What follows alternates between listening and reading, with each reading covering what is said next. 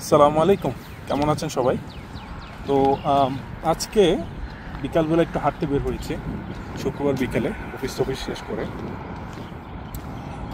বৃষ্টি হয়েছিল, তাই একটু ভেজা ভেজা আছে আবহাওয়া, একটু মানে সামার সামার শুরু হচ্ছে। সো এদিকে টেম্পারেচার আস্তে আস্তে বাড়তে শুরু করেছে। যদি তবে বাংলাদেশের মতো খারাপ অবস্থা না অবশ্যই, এবং বৃষ্টি টিষ্টি মাঝে মধ্যে হওয়ায় তাপমাত্রা আপ ডাউন করে আর কি। তো আজকে আপনাদের সাথে আমার কিছুদিন আগে ঘটে যাওয়া একটা অভিজ্ঞতা শেয়ার করব, হয়তো অনেকের সাথে এটা রিলেভেন্ট হতে পারে। সেটা হচ্ছে যে ডেন্টিস্টের কাছে গিয়ে দাঁত তোলার অভিজ্ঞতা। তো রিসেন্টলি আমার যেটা হয়েছে যে আমার আক্কেল দাঁত সেটা আমি তুলেছি। তো আক্কেল দাঁত যেটা এই ব্যথা শুরু হয়েছে অনেক দিন আগে থেকে, আমার বলতে পারেন যে জানুয়ারি মাসের দিকে আমার আক্কেল দাঁতের এই ব্যথাটা শুরু হয়েছিল। তো পরে যেটা করতে হলো যে আমি যখন মানে যেটা হয়েছিল যে দাঁত আমার উঠে গেছিলো, বাট তার উপরে মাড়িটা এসে পড়ায়, তো সেখানে ব্যথা হতো, সেখানে মাঝে মধ্যে ইনফেকশন হতো, অ্যান্ড দেন সেই মাড়িটা ফুলে যেত, ব্যথা হতো। তো তখন আমি ডেন্টিস্টের কাছে যাই, অ্যান্ড ডেন্টিস্টের কাছে যাওয়ার পরে তিনি আমাকে দেখেন, আমার ডেন্টিস্ট দেখেন আর কি, এক্সরে করেন, উনি হচ্ছে এক্সামিনেশন করেন, ইন্সপেকশন করেন, অ্যান্ড দেখার পরে উনি আমাকে যেটা বললেন যে তোমার তো আক্কেল দাঁত আছে, এক পাশেরটা আগেই তুলে ফেলেছিলাম, আর এক পাশেরটা আছে, এবং ওই আক্কেল দাঁতটা তুলতে হবে। তো আমি তো একটু ভয় পেয়ে গেলাম, কারণ দাঁত আগে যখন তুলছিলাম আমার অন্য পাশে আক্কেল দাঁত অনেক ব্যথা পেয়েছিলাম, এবং অনেক দিন আমার সেই ব্যথাটা ছিল আর কি, ইনফেকশন হয়ে অবস্থা খারাপ ছিল। তো আমি মানে সভাপতি আমি ফার্স্টে প্রোটেস্ট করলাম যে এটা না করে করা যায় নাকি। উনি বললেন যে না করেও করা যাবে, তোমার মাড়িটা কেটে দিবে, বাট পরে যেটা হবে তোমার মাড়ি আবার গ্রো করবে, অ্যান্ড দেন তোমার আবার ইনফেকশন হবে, সো ইটস বেটার তুলে ফেলো। তো মানে মুরব্বীরা যেটা বলেন, দাঁতের ডাক্তারের কাছে গেলে দাঁত তুলতে ফেলে বলে, মানে I am nothing against dentist, but আমার মানে ডেন্টিস্টের কাছে যাওয়ার আগেই আমার এই ভয়টা ছিল যে না, আমার মনে হয় এই দাঁতের ডাক্তারের কাছে গেলে আমার এরকম হবে যে তারা দাঁতটা তুলতে বলবে। এনিওয়ে, তো দাঁতটা উনি তুলতে বললো, বাট কথা যেটা ছিল যে ওনাদের ওখানে তোলা যায় না, উনি ডেন্টিস্ট, ওনারা যেটা করে ক্লিনিং করে, রুট ক্যানেল করে, অন্যান্য বেসিক স্টাফ করে, বাট ওনারা দাঁত তুলে না, এক্সট্রাকশন করে না, সেটা আবার অন্য ডেন্টিস্টের কাছে যেতে হবে, সেখানে যে অর্থোডন্টিক সার্জারি যারা করে সেখানে যেতে হবে। তো it's kind of a thing, মানে আমি সেটা এক্সপেক্ট করি নাই, হয়তো এটা এক জায়গায় এক রকম সিস্টেম, বাট আমি যেখানে থাকি সেখানে বেসিক্যালি সিস্টেমটা হচ্ছে ডেন্টিস্টে কাজ করে, তারা দাঁত তুলে না, দাঁত তোলার কাজ আবার অন্য ধরনের ডেন্টিস্ট বা যারা আসলে অর্থোডন্টিক সার্জন বলে হয়তো, তারা করেন। তো তারপর জিজ্ঞেস করলাম তাহলে আমি কোথায় যাব। এমনিতেই ডেন্টিস্টের কাছে যাওয়াটা একটা এক্সপেন্সিভ ব্যাপার, যদিও ইন্স্যুরেন্স থাকে কিছুটা কাভার হয়ে যায়। তো উনি বললেন যে হ্যাঁ তুমি আমরা রেফার করে দিব, এনার কাছে যেতে পারো। যেন ওনারা রেফার করে দিলেন। তো আমাদের সিটিটা ছোট হওয়ায় খুব বেশি এরকম অর্থোডন্টিক সার্জারির প্লেস খুব একটা নাই। আমাদের এখানে একটা আছে, আমি যেখানে থাকি ডিবিউক শহরে যেটা আছে এটা হচ্ছে গ্র্যান্ড রিভার সার্জারি, আমি নামটা দিয়ে দিব, এক্স্যাক্ট বড় নামটা মনে নেই আমার, গ্র্যান্ড রিভার। তারপর আমরা ওখানে গেলাম। তো ওখানে যাওয়ার পরে আমি ফোন দিয়ে অ্যাপয়েন্টমেন্ট নিলাম। তো ওখানকার ডাক্তার ফার্স্টে এক্সামিনেশন করলেন, উনি এক্সরেটা দেখলেন, দেখে বললেন যে হ্যাঁ আপনার দাঁতটা তুলতে হবে, এবং দাঁতটা না তুললে একই মতামত, হ্যাঁ দাঁতটা না তুললে এই সমস্যা আবার পারবো না। তো কবে তুলতে পারবো? প্রায় 2 মাস পরে আমাকে একটা ডেট দিলেন। সো ওই ফার্স্টের যেই আমার এক্সামিনেশন ফিটা ছিল সেটা হচ্ছে $120, $120। তো ওইটা ইন্স্যুরেন্স কিছুটা কাভার করেছে, আমাকে কিছুটা দিতে হয়েছে, যেটা বাংলাদেশি কত হয় 12,000 টাকা, 10-12,000 টাকা মতো। তো মানে কাইন্ড অফ এক্সপেন্সিভ, হ্যাঁ। তো আলহামদুলিল্লাহ ইন্স্যুরেন্সটা থাকায় এটা কাভার হয়েছে কিছুটা।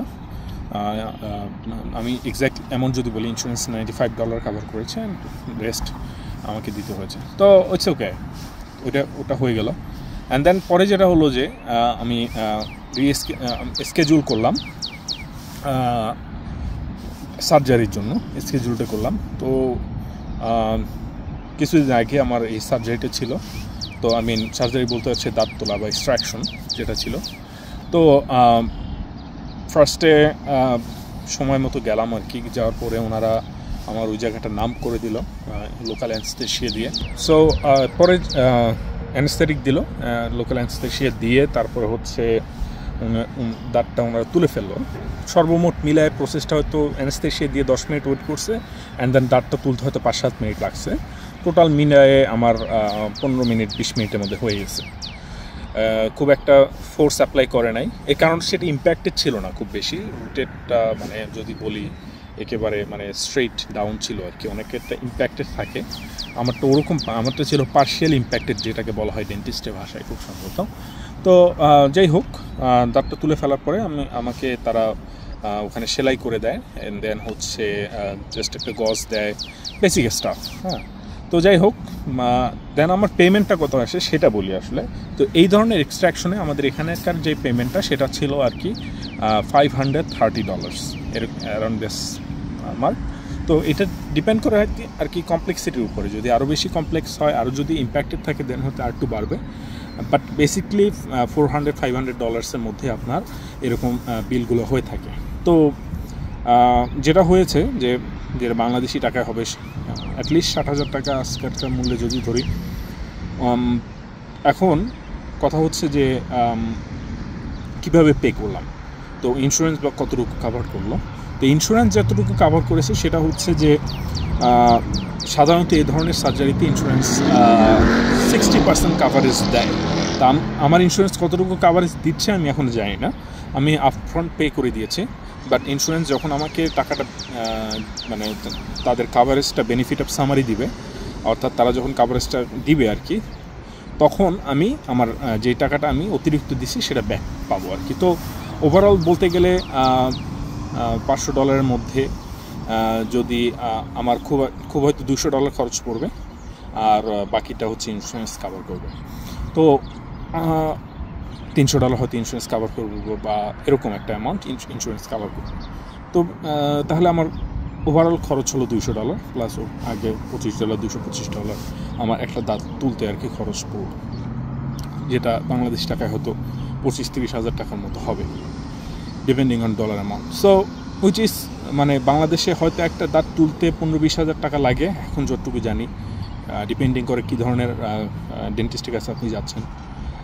তো আমি যেটা বলবো যে কেয়ারের দিক থেকে আর কি, বাংলাদেশে আমি যখন আগের দাঁতটা তুলি, আমি সেটা তুলি পিজি হাসপাতালে, কারণ হচ্ছে তখন আমার একটা চিন্তা ছিল বাজেটের দিক থেকে আমার একটা কনস্ট্যান্ট ছিল। তো আমি সেই কথাটা চিন্তা করে আমি পিজিতেই যাই।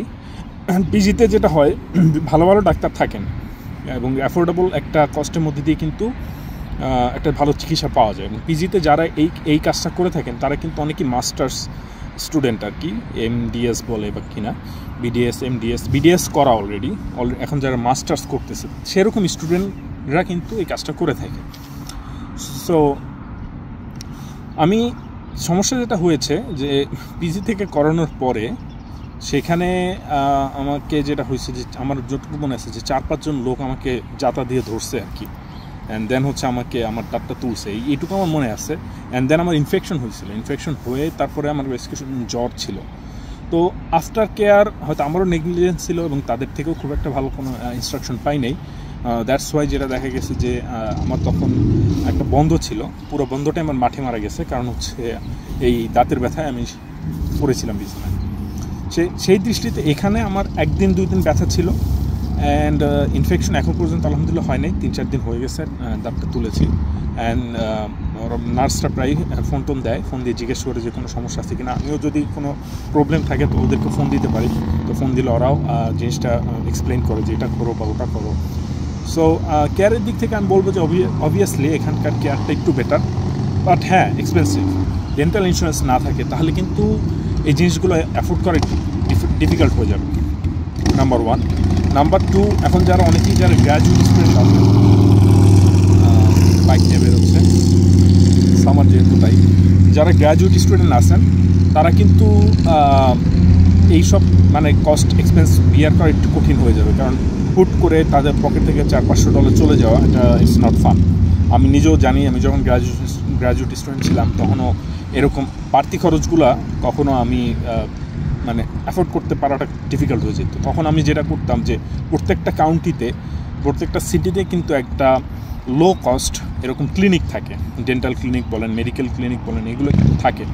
তো আমার এরকম একটা দাঁতের ব্যথায় একটা সমস্যা, আমি এরকম একটা লো কস্ট ক্লিনিকে গিয়েছিলাম।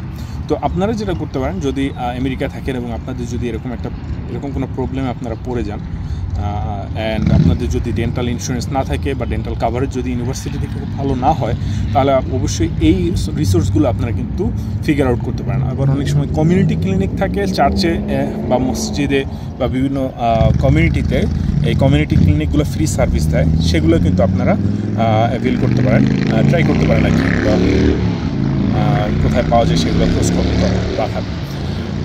তো জাস্ট আমার ছোট্ট একটা এক্সপিরিয়েন্স আপনাদের সাথে শেয়ার করলাম। যদি আপনাদের কারো ভালো লাগে কমেন্টে জানাবেন, আর আপনাদের কারো কোনো কোশ্চেন থাকলে অবশ্যই জানাবেন। ধন্যবাদ।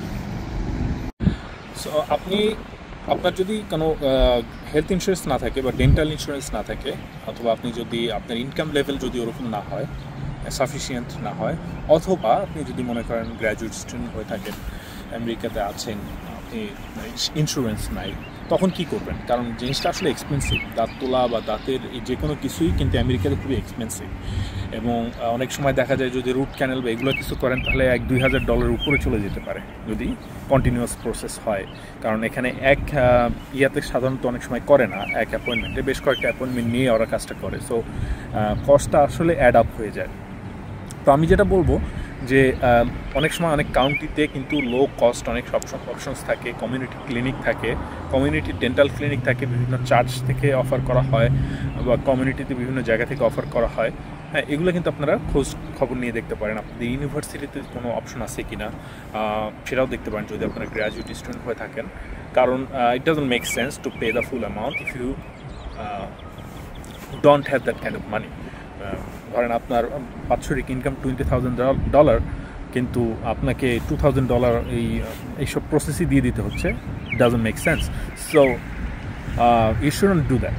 ওকে, look for low cost options, because আমি যখন গ্র্যাজুয়েট স্টুডেন্ট ছিলাম, আমি এরকম লো কস্ট অপশনের দিকেই ঝুঁকেছিলাম, এবং সেখানে অল্প কিছু কী বলে ডিডাক্টিবল অথবা কোপে, অবভিয়াসলি কোপে দিয়ে কিন্তু আমি এই সার্ভিসগুলো আমি বিভিন্ন মানে ডেন্টাল চেক আপ বলেন, এটা ওটা বলেন, এগুলো কিন্তু আমি তখন অ্যাভেল করতে পেরেছিলাম। সো অবভিয়াসলি আপনারা দেখতে পারেন, খোঁজ খবর নেবেন।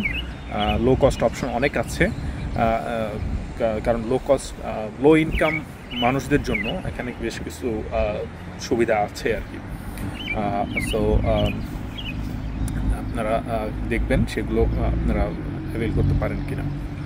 তো আজকের ব্লগে পর্যন্তই। থ্যাংক ইউ সো মাচ সাথে থাকার জন্য। ভবিষ্যতে অন্য কোনো টপিক নিয়ে আবার কথা বলবো। ভালো থাকবেন। আল্লাহ হাফেজ।